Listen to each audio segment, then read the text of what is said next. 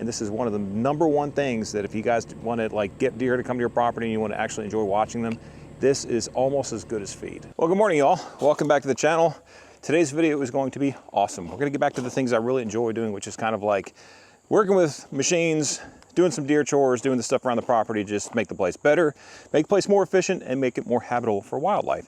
As I say that, I've had 2 bunnies and a squirrel just run across me, which means if you have rabbits on your property, that typically means you have pretty good cover, you have pretty good sanctuary? I don't know what you call it. Anyway, we're gonna hop in the skid steer today. This skid steer is an absolute monster. It's almost 100 horsepower. I bought this thing, still trying to check my head to see why I did that. But I have for this an excellent attachment over here, which is, you gotta see it over there. It's the 𝑚𝑎𝑖𝑙 mulcher. Now that mulching head is about to make probably the best path I've ever had to go through to my blinds. And here's the thing. I have some things coming that I can't wait to show you guys that I think are probably the most crucial things anyone could ever do if you're a whitetail hunter or you're a hunter really in general. This is going to be next level. So make sure you subscribe to the channel, come back in the future, because that is going to be awesome. Cannot wait for that. But this thing keeps, it's always dead. I don't know if it's a bad battery that came with it. I don't know if the telematics is kind of eating on the battery when I'm not here. So it's only been like 2 days since I haven't used it. It's already draining the battery. So there's parasitic drain somewhere, but it really started when I hooked up the telematics. Telematics is like, I could disable it remotely and you can't do anything with it. If you have a key, it doesn't matter. It just won't start. So I need to check into that at some point. But right now, this is what I want to check into. Do we have too much play in these tracks? And I think we have a little bit too much play in these things. This one's not as loose, it doesn't seem like as the other one. They should really have a bunch, an inch or two. I don't know, what do you guys think? It doesn't seem too loose. I think I'm actually okay on that.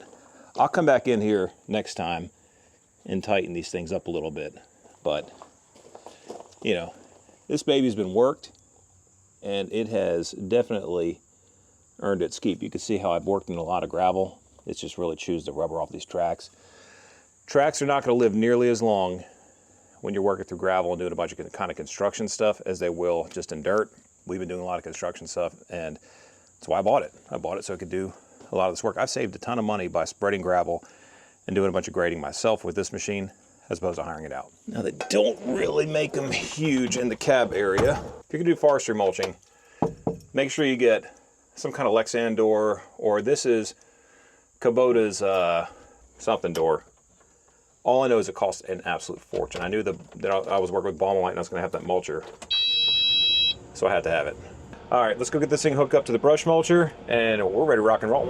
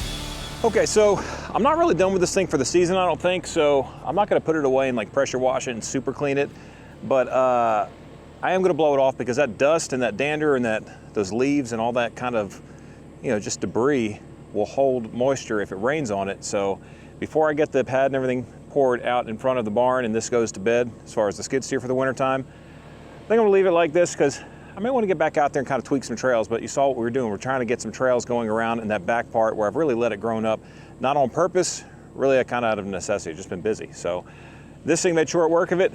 Let's go on to the second part of this video, which is where we are going to be making cheap and free, basically, cheap or free mock scrapes. So we're gonna have some fun. This is the time of year to do it, and this is one of the #1 things that if you guys want to like get deer to come to your property and you want to actually enjoy watching them, this is almost as good as feed. So let me get this thing put away. Let's get to work. All right, so before we get into doing the mock scrapes, I think the first thing we want to talk about is what is a mock scrape. It's basically a phone booth for deer, right? Deer communicate through licking, through rubbing, through glands in their eyes, on their heels, everywhere else. And really what a mock scrape is, it's a fake communication encouragement for the deer to start using it to communicate with one another. I don't know how it all works, but it's phenomenal the way that God has created all this stuff. And that's why I think one of the reasons I was so fascinated with it, because you see nature working.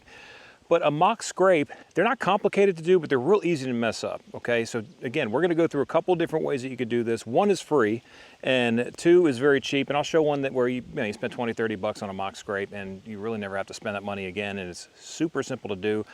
But the first one we're gonna do, I think we're gonna do right here, and there's a very specific reason for that. Let me show you why. So this tree, this is called a black oak. So black oak is a deciduous tree, and it will lose its leaves, but it also goes through something called marcescence. And marcescence is a process to where when the leaves die, the branches will not let go of it. So the black oak is a very good tree to use for a mock scrape. Why? Well, because when these leaves start to die off, as you see here, they have all kinds of little spores in them, and there's a lot of surface area here. So if you're gonna do a mock scrape, it's all about scent. This will hold more scent than just like a twig will, right? A twig will hold scent, but there's not a whole lot that you can hold on there versus holding on to like here. So we'll wanna trim this up and we'll kind of neaten it, and you can kind of refine your process a little bit.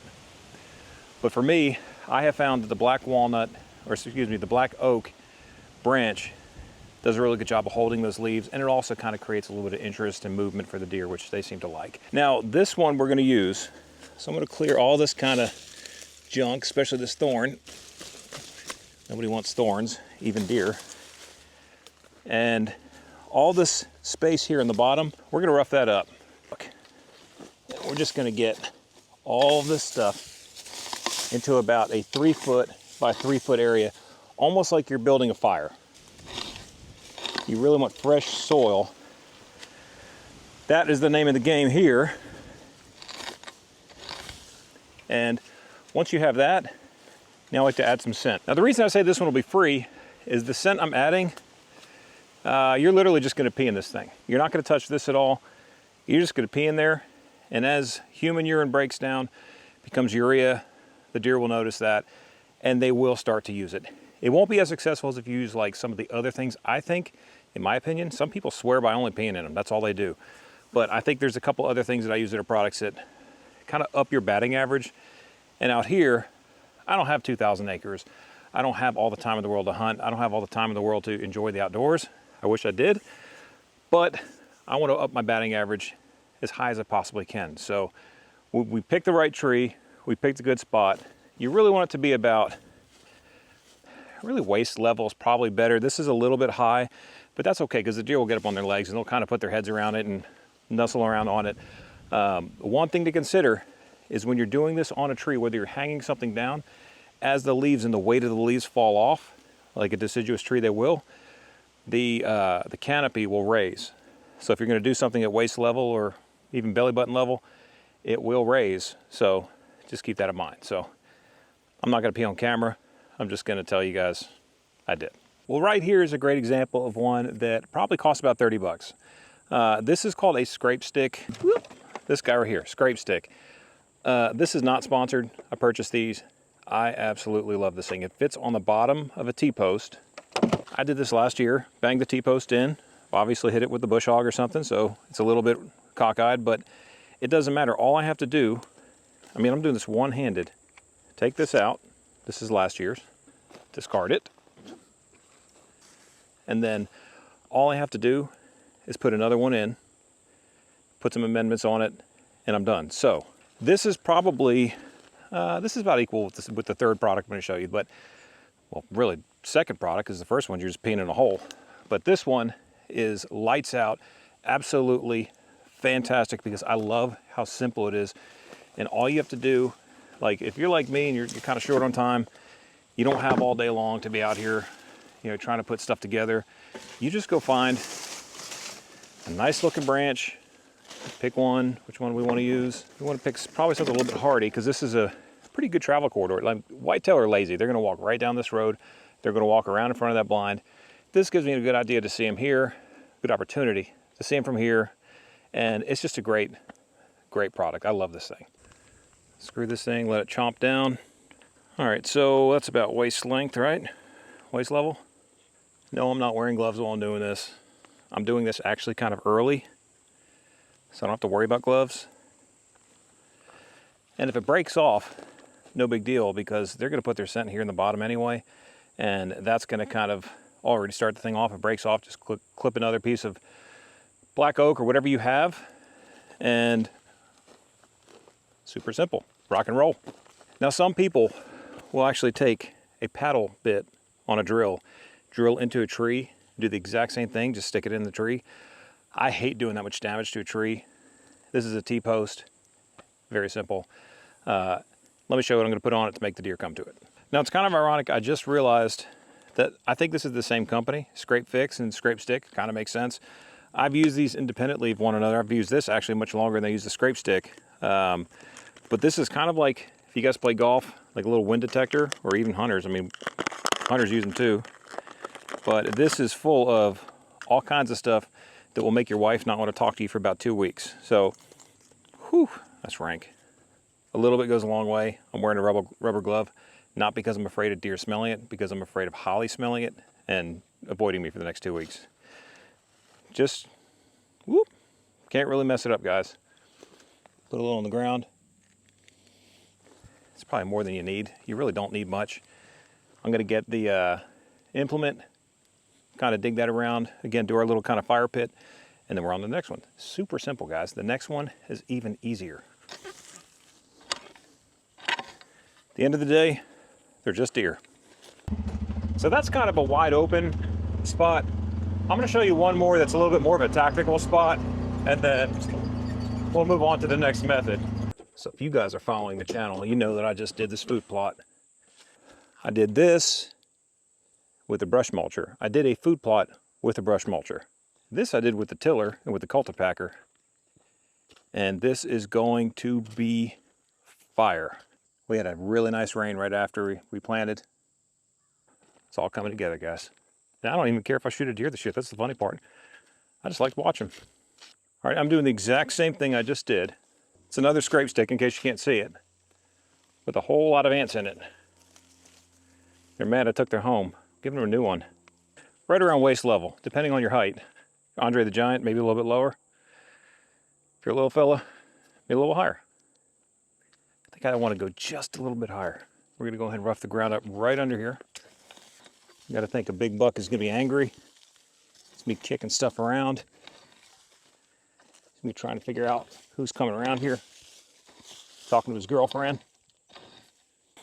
I may be toast as far as smelling like this stuff. Just kind of waft it on there.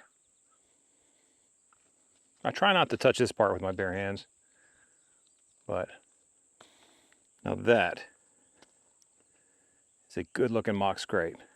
The only thing this thing needs right now is a camera.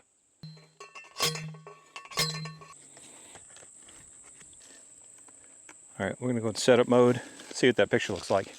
Camera, probably about 15 feet away. This is also a great spot because if something comes to the scrape, cool. But if a deer starts making its way up this trail, which is kind of what my goal is, then I'll know it. So, see a couple more places we can make scrapes. Actually, this tree right here protruding out, we could probably try do something right there, or maybe something a little bit farther up. I'd like to have one closer to that blind up there. Let's go up there and take a look and see what we have, and then we're gonna go to the third way to make a scrape. And this way, you don't have to have trees. You don't really have to have anything. A winning attitude, that's all you need. Like I said earlier, we have a high school football game tonight, so kind of running out of time. So I need to get boogieing. right, this next one is called Golden Rope. These ropes are supposedly scent free. There's 3 ropes included. This is about 40 bucks, but it comes with a solution too I'm going to show you how to do. It comes with the zip ties also. Everything you need is in here. So if you're going to go to your lease, your property, anything like that, you see these at like Tractor Supply, Walmart, Menards, wherever you're going, pick these things up. Amazon has them. I'll put links to all this stuff on here, but wait till you see how this thing works. It's super cool. All right, we're going to find another spot. Unfortunately, that's just not going to work. If ever in your life there was a time to use rubber gloves, I'm not judging you. Whatever you're not judging. This would be the time. So this is rope scent concentrate, and you're going to add this to this bottle or this container. It's a wide mouth container for a reason. In 1 bottle of water. So I'm going to put the bottle of water in first, because then I can throw the bottle, and if I spill water on me, I don't care. But if I spill the other stuff on me, it's going to be a long afternoon. All right, got that. Now, golden. Yeah, I'll do this for you guys. Ooh. Oh yeah, that's right. So we're going to put that in there, just like that. And here's the thing, when you're done, do not throw this away. It's not a one-time use thing. It's actually designed so you can use it multiple times. Mix it up a little bit. It's gonna stink, isn't it? Yeah, it's gonna stink. That's what it looks like. But guys, this is the stuff we do to be successful at deer hunting, or deer watching, or wildlife watching, whatever you want to call it. Doesn't matter. You don't have to hunt deer or want to shoot deer to enjoy this stuff. Watching wildlife is one of God's gifts to us. It's really kind of a window into our creation, which is pretty awesome. So I'm going to fray that just a little bit, and then you take this open mouth bottle. You just take the rope, put the rope in there, give it a second, let it marinate in all the deliciousness. This is a good time also to tell you guys, using real deer urine is not legal in a lot of states. Synthetic is the only thing that's legal in most states, including Tennessee.